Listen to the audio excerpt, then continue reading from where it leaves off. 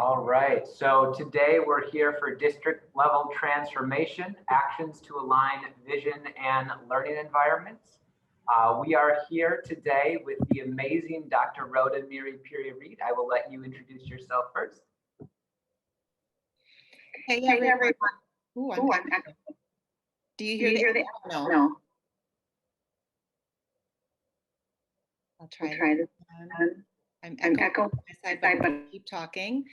I am very excited to be with all of you today and to also be with Randy and Nathan. And thanks, Marcus, for getting us started.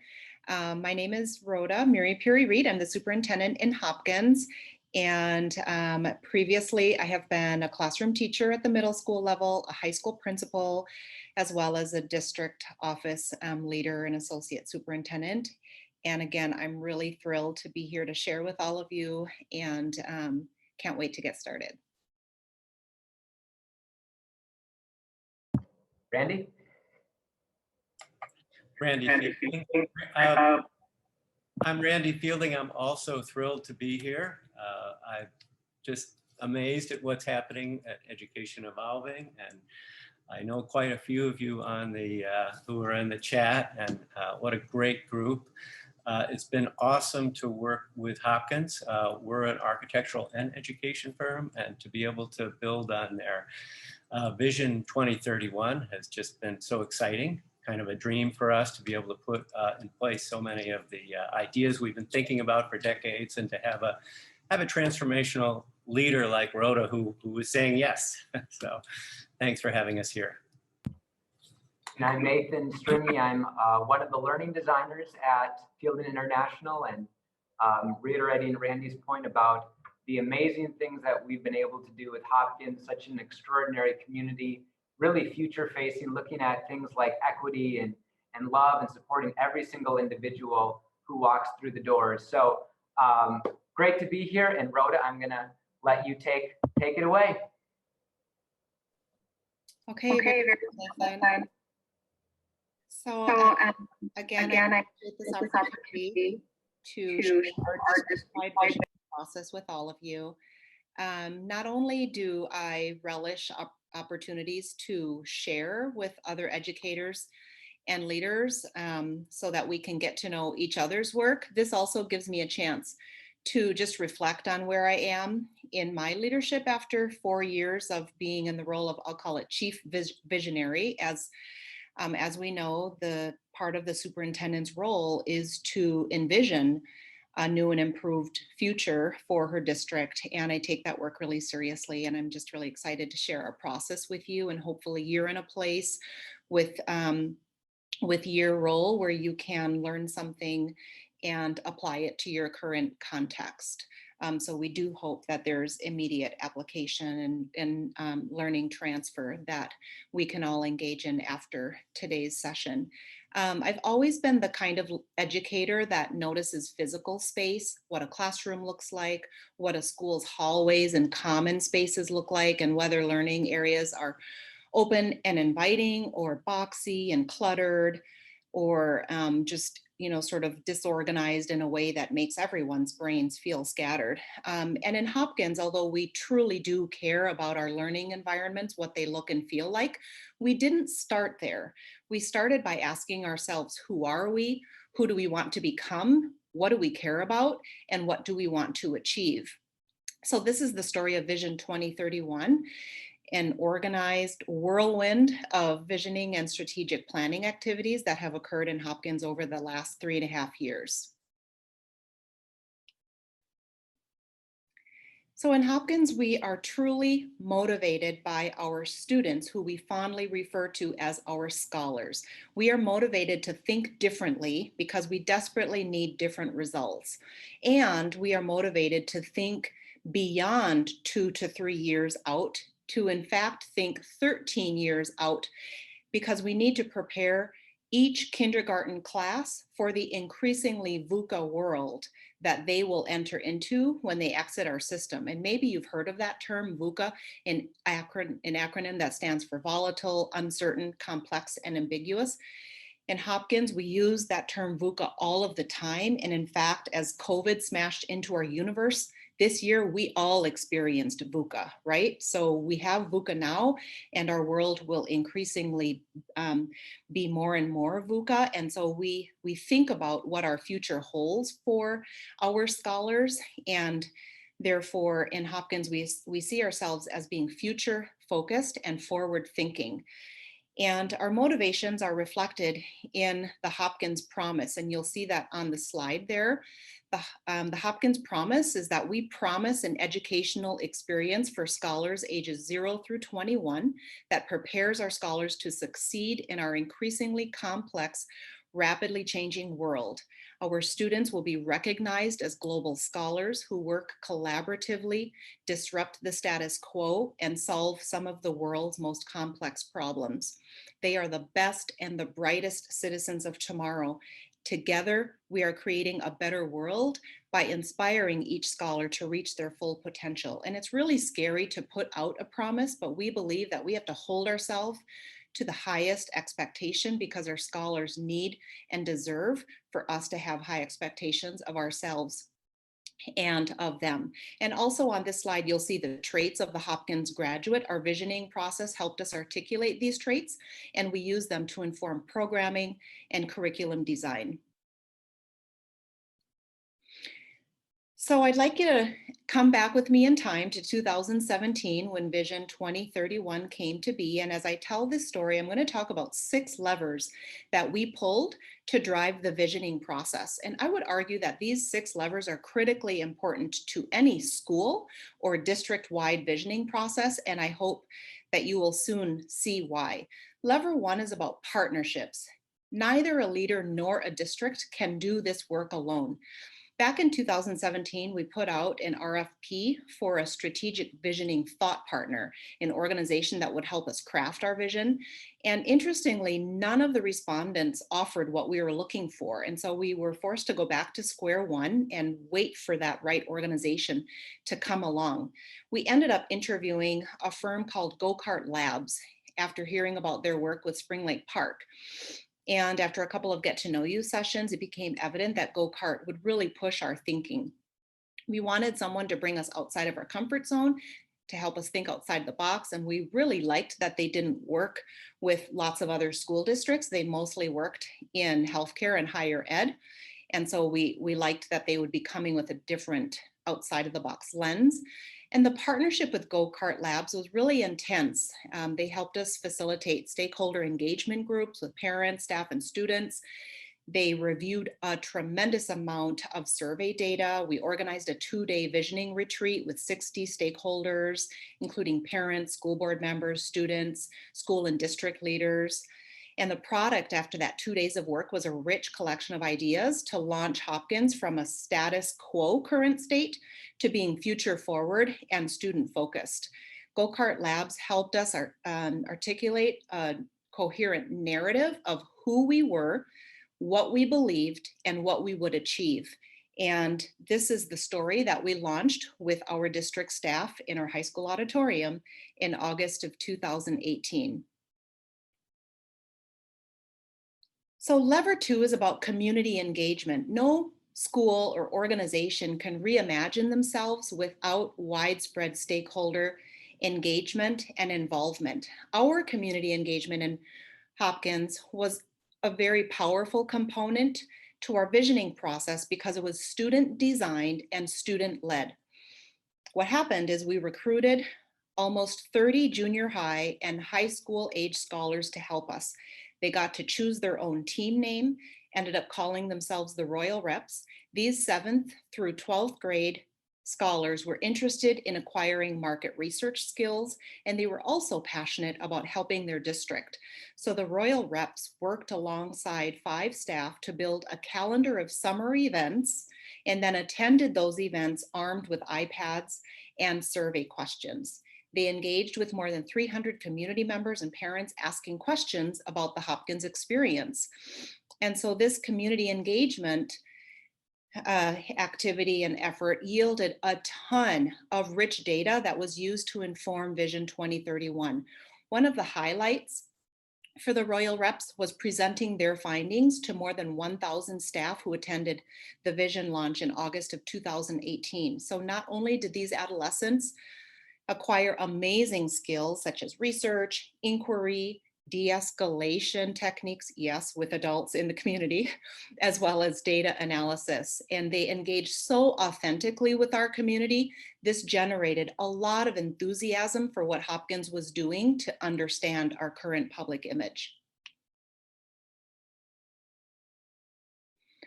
Lever number 3 is core values and vision drivers. And in a moment, I'll share with you our initial Vision 2031 roadmap. When you look at the roadmap closely in just a minute, you'll find the key tenets and elements of what became our collective vision. These key elements include our district's 6 core values, all voted on by Hopkins staff members. And these are the ways that we agreed as a Hopkins staff to show up to work. Also included in the roadmap are the drivers the Hopkins Collective believed would propel us toward Vision 2031. These drivers included things like fearless teams who are not afraid to fail, partnerships with community, business, higher ed institutions, digital tools to help us learn and be efficient, and of course, reimagined schools that will move us into a new paradigm of public education. So we made quite the community splash when we launched Vision 2031, and then made another splash when we mailed this Vision 2031 roadmap to all Hopkins residents and school families. Our communications and marketing department did a really fantastic job of building this visual, and we knew that a visual would help outsiders and all stakeholders, even our internal stakeholders, easily connect with the various components of our vision.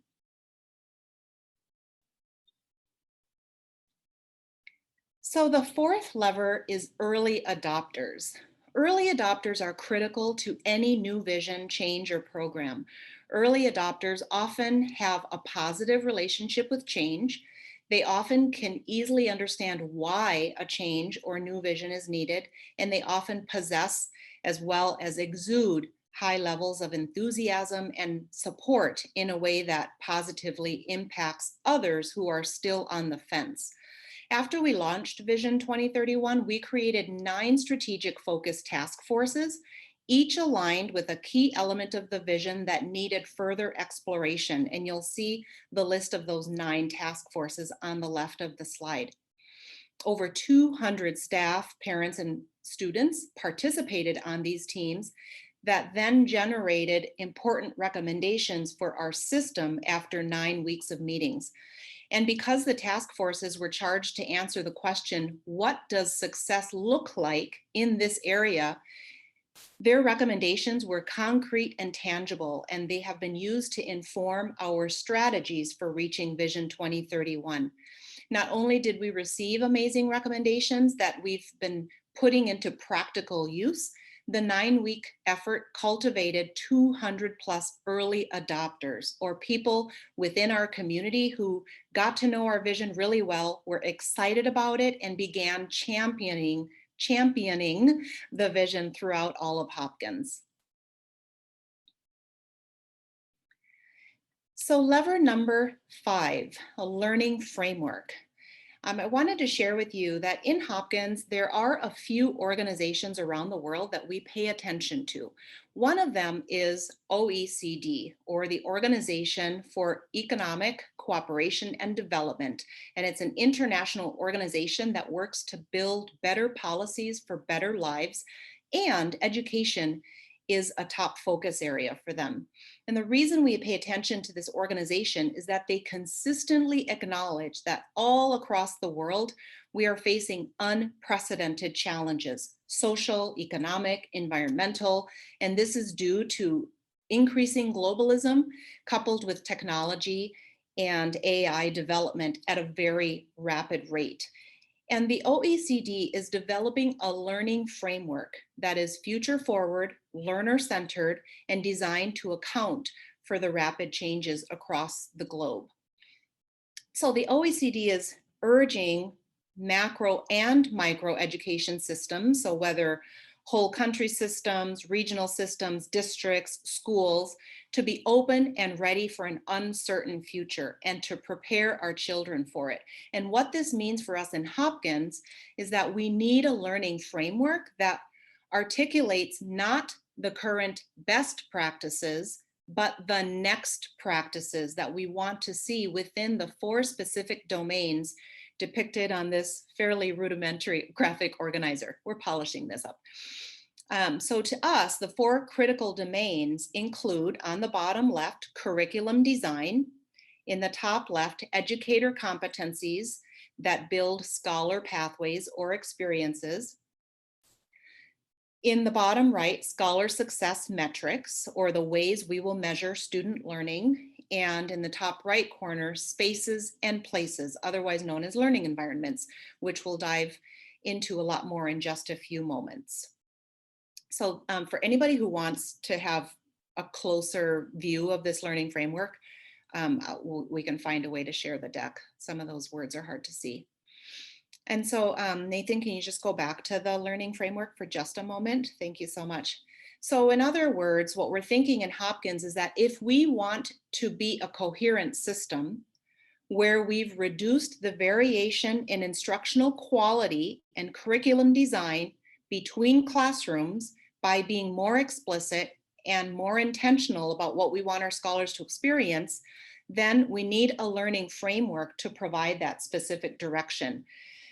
And we simultaneously want teachers to be empowered and have agency. So that means we have to be really clear on what the tights are. What are all the things that everyone will do because it's best for scholars? And what are the looses? Where is there room for autonomy and professional discretion? Those are some of the big ideas that we're thinking through right now. And so I've arrived at our last lever number 6, which is a lab operating system. So another organization that we pay attention to in Hopkins is the World Economic Forum, because they publish an updated list of top skills needed by the workforce every 5 years. And a huge reason why we are reimagining a new paradigm for public education in Hopkins is because the skills that we needed as adults to obtain our current jobs are not necessarily the same skills our young people will need to be competitive when they enter their future. So for example, the top skills for the year 2030 include things like analytical thinking and innovation, technology design and programming, resilience, stress tolerance, and flexibility. And so this information about how our scholars need to be equipped compels us to think differently and build a new paradigm of education that personalizes learning. So we imagine learning experiences designed to identify and cultivate scholars' strengths, build agency and voice, and enable scholars to think and operate with fluidity, agility, and flexibility. And this won't happen if we continue teaching the same predictable content in the same predictable fashion. And we can't expect our teachers and leaders to develop their own haphazard or random or individualized processes for testing new ideas.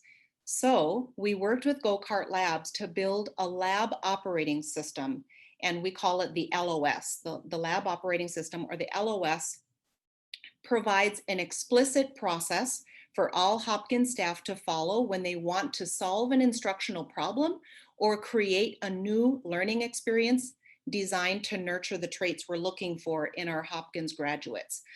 The lab operating system process begins with empathizing a problem to understand from a scholar's lens, identify root causes that accurately explain why the problem exists, identify potential solutions that will either optimize or totally disrupt the status quo or the current state, and work toward a solution aligned with Vision 2031 that can either be replicated or scaled because it shows promise during the testing process.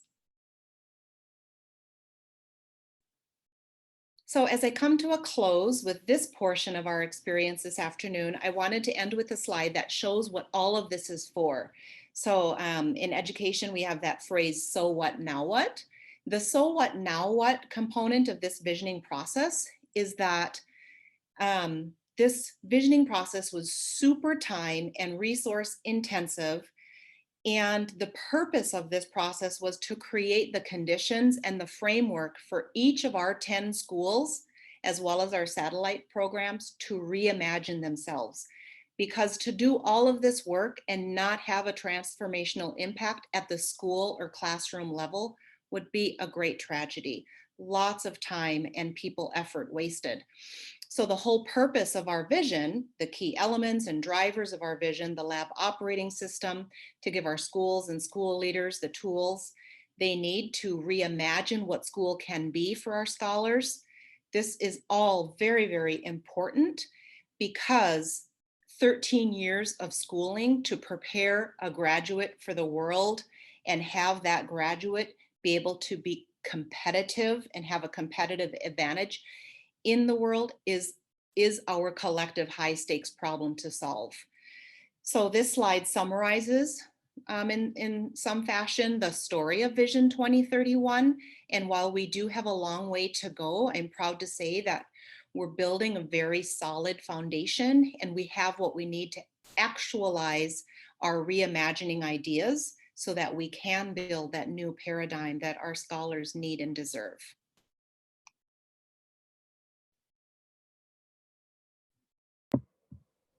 All right, so I think you know why I love Hopkins so much. What a beautiful vision and engagement process that you went through. There were so many actions that you took, that the Hopkins community took to get to where you are today with Vision 2031. I want to hear what all of the participants who are listening, what did you hear? Just what was a concrete action Hopkins did to get to where they are today?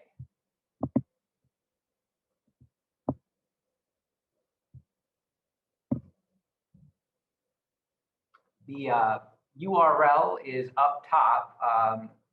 I will also put that in the chat. You can access that through your phone or through your computer.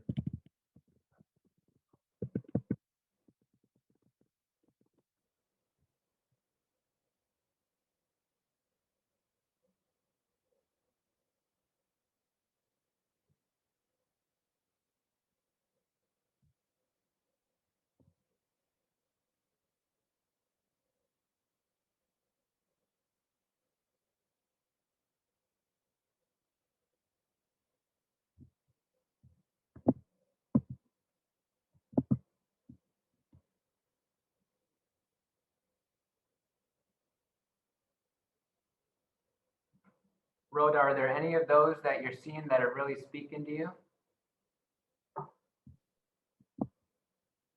Hi, Nate. Yes, I see a lot of comments that have with the community engagement and stakeholder involvement. And I'm still going, it's freaking out. And I believe that was by far the most important ingredient in formalizing vision, because if you don't have widespread community and stakeholder involvement, then you don't have a vision that represents the collective. And what we talk about in Hopkins all the time is that we have a collective vision, a vision that everyone co-created together, that we will all continue working on together, working on our strategies for actualizing our vision and making adjustments along the way that represent stakeholder input across the organization. So I do see a lot of our participants talking about that stakeholder engagement component, which is vitally important. Great. Well, folks, if you want to keep putting actions in the poll, that's great. We will we'll find a way to publish these. And in the transition here, we have one last thing with actualizing that vision, and then Randy and I will take over. Awesome. Thanks so much.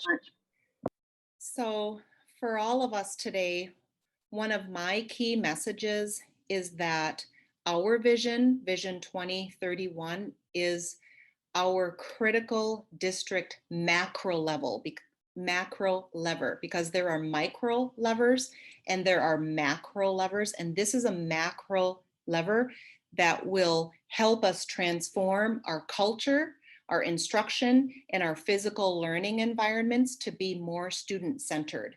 So with that, we're going to turn our focus to how we might transform our physical environments. In Hopkins, we have so enjoyed our partnership with Fielding International. And like Randy said, they are not just an architectural firm that is future forward and forward thinking. They are an education thought leader. So we have enjoyed that dual skill set that they have. So at this time, I would love to introduce Randy Fielding and Nathan Stringy from Fielding International. Take it away. Thank you, Rhoda. So once we learned about Hopkins and Vision 2031, we were just so excited because these are the schools and the districts that we really align with, that we say, this is how we can create these learning environments where every single person can thrive, young people and adults in the ecosystem. So 3 concrete actions that we want to present today. One is, as you have that vision developed, work towards, through listening and empathy and building relationships with all the people within your community, in aligned learning ecosystem. And you can do that through participatory design. Second, create a master plan. Space can be a disruptor for existing misalignments within your learning ecosystem. Do this by hearing what people want out of their schools, what outcomes you want, and then start mapping that out with the environments in which people feel comfortable, feel safe, feel included, feel like they belong. And finally, start small with some spatial transformation pilots that fully sync with your vision. And when you do that, you're going to start to see the ripple effects of those small transformations. So we like to call this a aligned learning ecosystem, and there's so much around it. And it comes down to getting a sense of what that vision for your school or district is. And Hopkins had this beautiful community vision that was cultivated, that we were really able to look then at what are the environments that are going to align to that vision, and how do we grow human capacity along the way? How do we reimagine the roles of teachers? How do we reimagine the role of students? How do we make sure that every single person feels safe and secure in that environment? And then we can start actually designing the physical spaces that are going to accommodate that vision and grow human capacity. A couple of things that we did on the left was some design pattern workshops with teachers, with district leadership around what are ways that we can actually draw inspiration from spaces that look very different than the schools that we have right now. And you're going to see that come through today as Randy talks about diversity of spaces. And we did this with young people too. And it's amazing when you ask questions like, where do you feel safe? Where do you feel comfortable? Where do you go when nobody's telling you what to do? You get a sense of the type of spaces that people want to be. And those are the spaces that we should be designing in our schools. Randy? Thanks, Nathan. Rhoda. So as we listen to Hopkins students and teachers and community, we could see that the typical classroom and corridor model was not going to support the Vision 2031. And you can look at this slide and see 6 different types of spaces: learning studio, small group rooms, learning commons, project studios, seminars, teacher collaboration spaces. And notice the space on the upper left, it's not actually an open space, it's permeable. And so that means it can change. You can open one space to another. Also, we're using the word diversity, not flexible. Flexible spaces in a way can also be dull and not engaging. So in a way, we have different kinds of spaces, not just flexible spaces. This is another slide, and you see the same kinds of spaces, but different aspects of them. Again, towards diversity, there are a lot of different kinds of learning studios. If you look at the one on the upper left, for example, and on the one on the lower left, you'll see there's a really strong connection to nature. And as we work, we've actually worked in 50 different countries, and we engage students and educators. We found the number one thing that's important to people is connections to nature.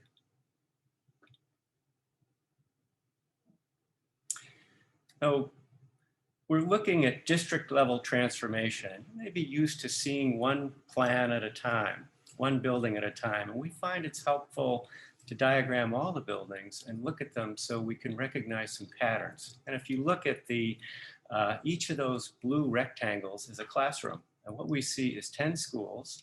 There's 7 elementary and 2 junior highs and 1 high school, and about 30, typically 30 to 40 classrooms, up to closer to 60 at the high school. And so just take 3 seconds and fix in your mind what you're looking at, a kind of pattern of those classrooms. Now, next slide, Nathan.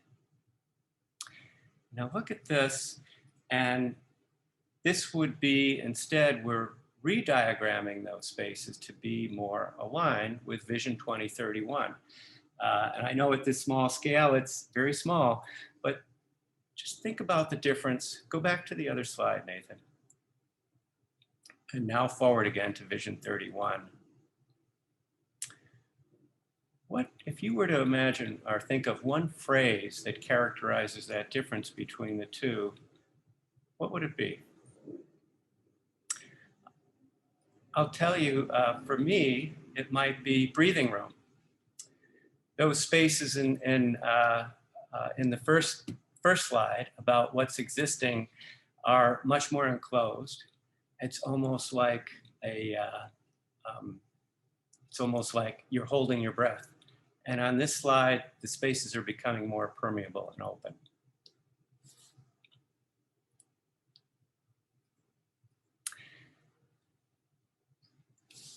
So as we look at a diagram, if we dig a little bit in and zoom into an existing plan of Alice Smith Elementary, we can look at typical what we would call a cells and bells model.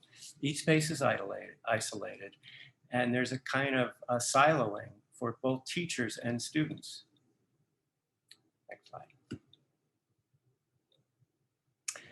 And if you look at how that might change with a learning community model, we actually have the same number of spaces, but now it's more permeable between the spaces, stronger connections to outside. We also see a small group room, that would be that dark blue, and we see that kind of pink color as a teacher collaboration space. So we have more diverse spaces.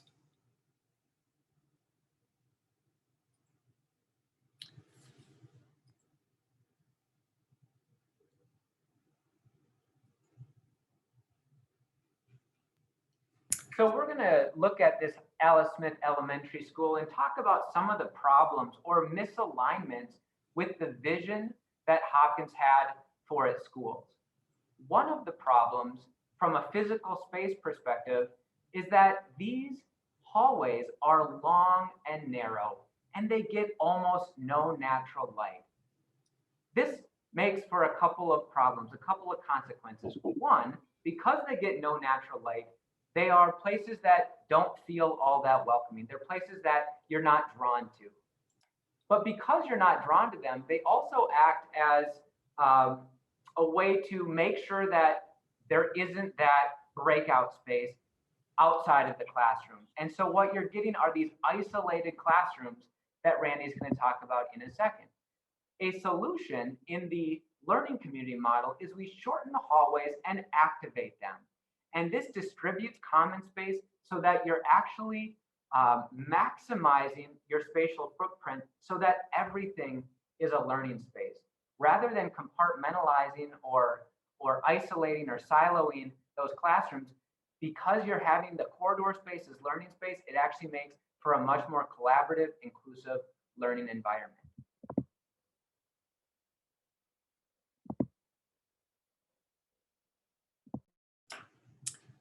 Another problem is homogeneous, disconnected classrooms.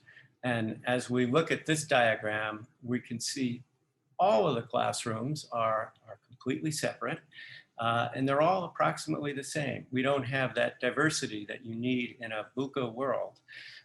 You need that variety and diversity in order to support agile work together, collaborative work, creative work.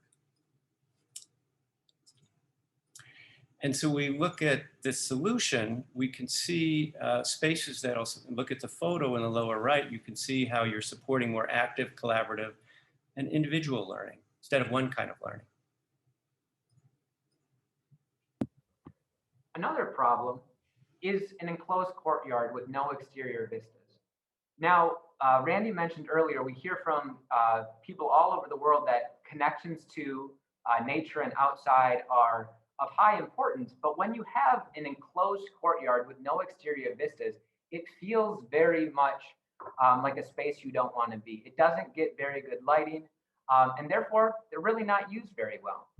And so with a much greater fluidity of spaces and agility of spaces, you create this sense of openness. The courtyard actually has vistas not only into the learning commons, but all the way through outside beyond the walls of the school. It makes it for a much more fluidity, much greater connections to the outside, much better lighting, and much more welcoming environment. So these indoor-outdoor connections are of such high importance. You see this inspiration image from the International School of Brussels, where these great indoor-outdoor connections that kids can go out, and yet there's still that passive supervision that adults can see outside and see what's going on. Another problem is lacking spaces for collaboration and for well-being. And again, we're highlighting that bells and cells wing on the left. All those spaces that are the same. You have flexible classrooms, but no good place for collaboration, particularly for teacher collaboration. Next slide. And so we look at this solution, you see those areas in pink, they are spaces for teachers to collaborate, professional connections. And then you also see those circles are small group nooks, cave spaces embedded throughout. And you can see on the lower right an example of a cave space. It doesn't mean, or sometimes we call it a nest space. And these are students often identify as their favorite spaces. You can still passively supervise them, but you have more of a sense of connection to outdoors and connection to each other. Problem number 5, and Randy just started to hit on this, there isn't a very good place for meaningful teacher collaboration in the existing facility. There's one teacher's lounge, and then most teachers have their own classroom. And I taught for 10 years. There were times when I had my own classroom. What happens when a teacher has their own classroom is they mostly stay in their own classroom. That teacher's lounge is not typically a place where you're really coming up with new ideas or ways to support Mary or Tyler. It's a place that is really meant to eat and socialize. And so when we distribute teacher collaboration rooms so that every single learning community has their own, it really does become this place of innovation and trying new ideas and how do we support every single student. So embedding teacher collaboration rooms, making them smaller but distributed throughout the school is a way to really leverage those fearless teams, as Rhoda was saying earlier, so that it's not just this one centralized teacher room, but spreading teacher collaboration and making that a part of your culture. Hey, I see some great questions from Kiana and Steve, and I'm going to move really fast so we make sure we have some time for discussion. But I just want to quickly talk a little bit about problem number 6, an example of a pathfinder. So problem 6 would be lacking human scale group sizes. We've got a 1,000-person school. It's very difficult with 1,000 people to feel really connected. In fact, to support the kind of core values that we have in Hopkins for love and for authentic inclusiveness. So we're going to identify one wing of the building and how we might approach that. Next slide. So here, the solution is to take this and break this down into a series of learning communities which are more human-sized. And that also can be done in multi-age groupings that Rhoda was talking about earlier, which is one of the things we're looking towards in North Junior High. So you see, identify these 6 different groupings. And so instead of being part of one big group, you're part of a 120 student cohort. Next. And so we look at how this school has, this is the 2031 vision aligned diagram, and how we've redeveloped all these spaces to be more permeable, more connections to each other and to the outside. But note, we haven't, it's still not an open classroom plan. Next slide. Nathan, I think you'll take it. So going back to that kind of original idea of these hallways being places where you don't really want to be. This is a photo of a hallway in North Junior High. And the principal there wants to activate this hallway and turn it into a space that is completely aligned with the Vision 2031. And so one way that we can do that is starting with small pilots or pathfinders that can take one hallway or one wing and with some pretty minor modifications, change it into a place that is really aligned to that vision. So what we did is we offered 3 different phases or 3 different options, depending on what would best serve that community based on the resources that were available. So the first thing was just to activate the hallway, and you can do this really cheaply. To the question in the chat, you didn't have to take down any walls for this. You didn't have to do any major renovations. You can just take out some lockers, put in some agile furnishings, which I'm going to show you in a little bit. And then over time, or based on resources that you have, you can look at a more of a renovation or even an expansion. But activating the hallway is one of the simplest things that any school can do to start making that shift, that shift to a more collaborative, active learning environment. And so in this case, what we proposed to North Junior High for this single hallway was just to use half-height lockers rather than full-height lockers, which allow you to have these retractable tiered seatings which go in and out, to have foldable tables with whiteboard surfaces that are really great for those small group breakout spaces, for those collaborative spaces. And they're really agile so that you still have room to use this corridor space as a walking path. Some of those furnishings I just spoke of, here they are seen a little bit bigger, converting from that full height locker to a half height locker creates a ton of usable space, which you can use for these tiered seating or these agile seats and tables. Randy? Nathan, let's just flip really quickly through these. You get a 3D vision of that. I want to answer a couple of these questions, like from Kiana and Steve. And again, a little more detail. You notice the teacher collaboration space in the center bottom is actually supporting both cohorts, 4 teachers and 120 students on each side of that. Next slide. And again, you see a 3D vision of that in those different types of spaces on the upper right. You'll see how 2 learning studios are connected and so it becomes a learning suite. Or over on the right bottom, you see a learning commons, and you also see a teacher collaboration space. Next one. You see also the possibility to expand, addresses a question which would be from Kiana: would most of these adjustments require physical demolition and rebuilding? Well, we gave you a good, better, and best. Okay, so at the more expensive level, yes, there's an addition here, but you can do it with the hallways, which is much quicker, a pretty easy summer summer project, or you can renovate it, or you can add. Next slide. And here you get a vision when you expand. It gave us some opportunities to create outdoor space. This, by expanding those common areas, it also supports that Hopkins vision to really make engage the community more. These common areas become big enough for community partnerships and are great for interdisciplinary learning. And I think we should just turn over the end at a little bit of discussion.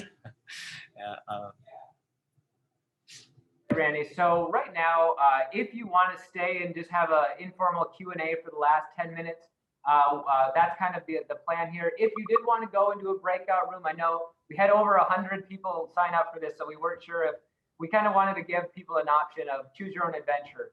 But right now, if you want to stick with us and just ask some questions with Rhoda, Randy, and I, or Marcus, if you do want to open up breakout rooms, we probably only need one breakout room if people want to go and discuss. But I'm going to stop my share right now and open it up for some questions. Just go ahead and unmute yourself and ask away.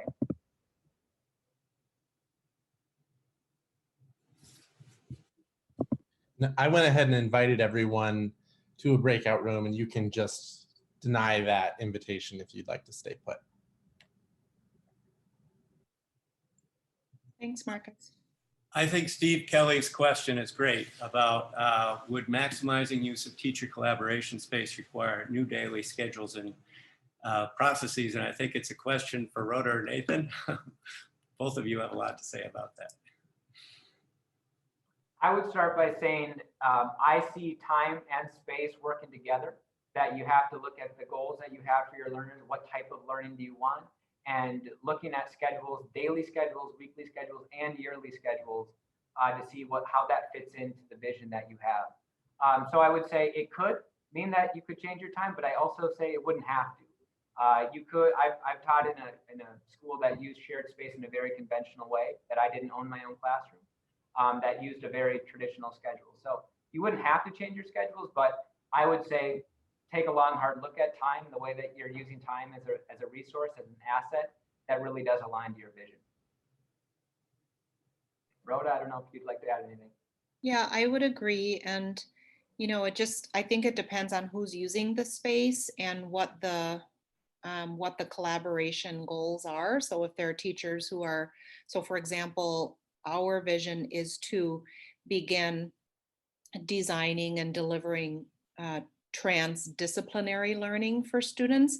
And so we want collaborative spaces to be maximized so that teachers can gather together with content alike colleagues, as well as colleagues who are teaching in other disciplines, to collaborate so that students' learning is transdisciplinary. So I think that collaborative spaces work for all kinds of sort of sharing reasons and opportunities. So it just really depends on sort of what the end goal is.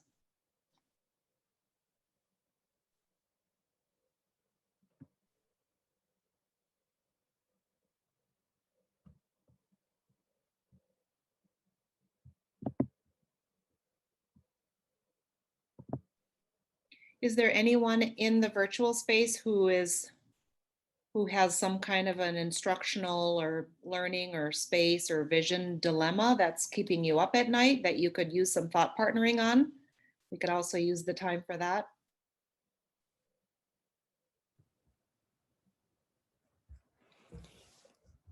What type of professional development do you see coinciding with the change? Because I've seen situations where you know, the architecture changes, but there's almost like this centrifugal force that pulls people back to how they taught previously, and if walls were taken down, they put them up in some artificial way. So I'm wondering how you're seeing that to reach your vision. I think it's an excellent question, Gail. One example that I can refer to is this is about a year ago, before the pandemic hit, we gathered together all of our elementary teachers who had incorporated student-centered seating and table workspace arrangements into their classrooms. So we removed all of the desks from these 30+ classrooms across 6 schools and purchased student-centered furniture, which means all kinds of furniture at all varying heights, and students could choose the way they positioned their bodies to get work done. And what we did is we didn't orchestrate a PD that teachers had to attend. What we did is created a space and a time for all of the teachers to get together, and the PD, the professional learning resulted from the organic conversation that teachers had with one another as they talked through the pedagogy lessons that they were learning, or the realizations that they were having about their own thinking, about their own pedagogy, about what students were able to do in these new environments. So we created the space. Teachers shared their thinking out loud and talked about, well, this is what I thought before I had student-centered furniture in my classroom. And now this is what my pedagogy has evolved to, because I realized X, Y, or Z about myself, or X, Y, or Z about students. And that was a really effective form of professional learning. So it wasn't, orchestrated or facilitated by, some kind of outside PD facilitator. It was the teachers who generated their own learning because they talked about what they were learning in real time, if that makes sense. Yeah, it does. Very, very effective. Yeah, powerful. Mm-hmm. I would just add to that, Rhoda, I think, putting my teacher hat back on, there's a belief from a lot of teachers that professional development is something that happens to them and not with them. And so I think the more that you can really, what you just did is really make that an organic process that is really driven by what teachers see that they need, so that they are the ones really saying, hey, look, I know I want to move in this direction. Here's what I need. How can we make that happen? And it is much more of an organic process than, just looking at, taking something off the shelf or out of the box and saying, this is what we need to get there. But yeah, professional development can be incredibly empowering. And I don't know, Janelle, I could put you on the spot and say some of the things that we're doing together in BBE that I think are really powerful right now.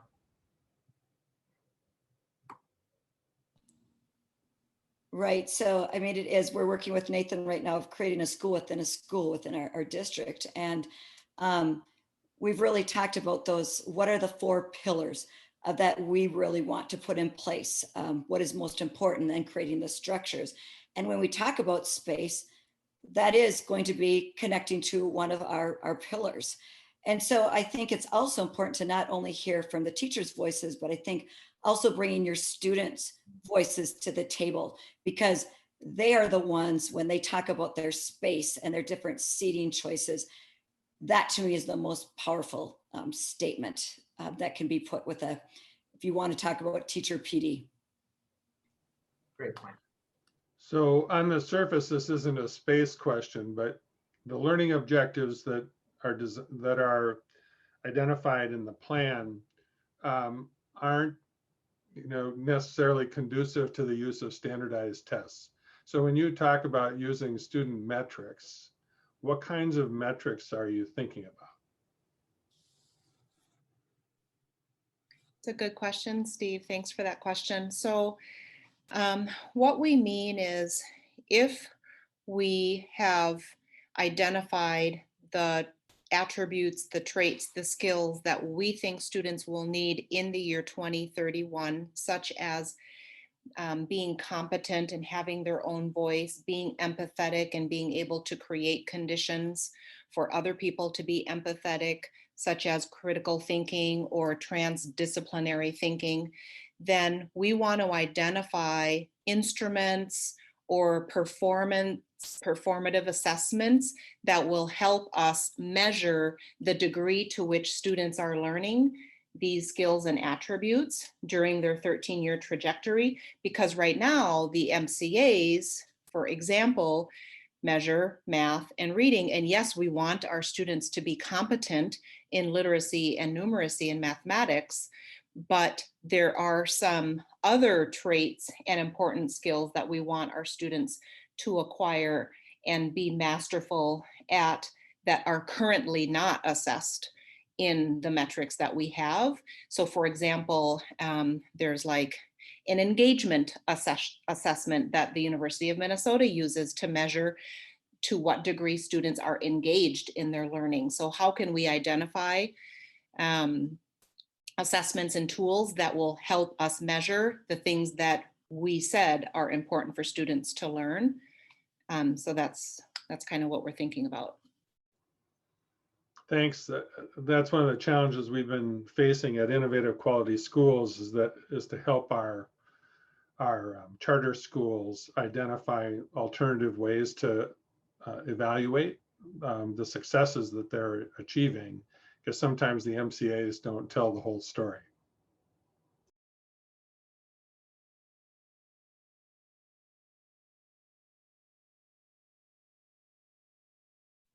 Or sometimes they show where our students are deficient. And in the work world, you know, we're not focused on the deficiencies of our employees. We're focusing on identifying their strengths so that we can further build out those strengths. And so we also want to be much more strengths and, you know, talents and gifts oriented in the way that we assess what students know and are able to do.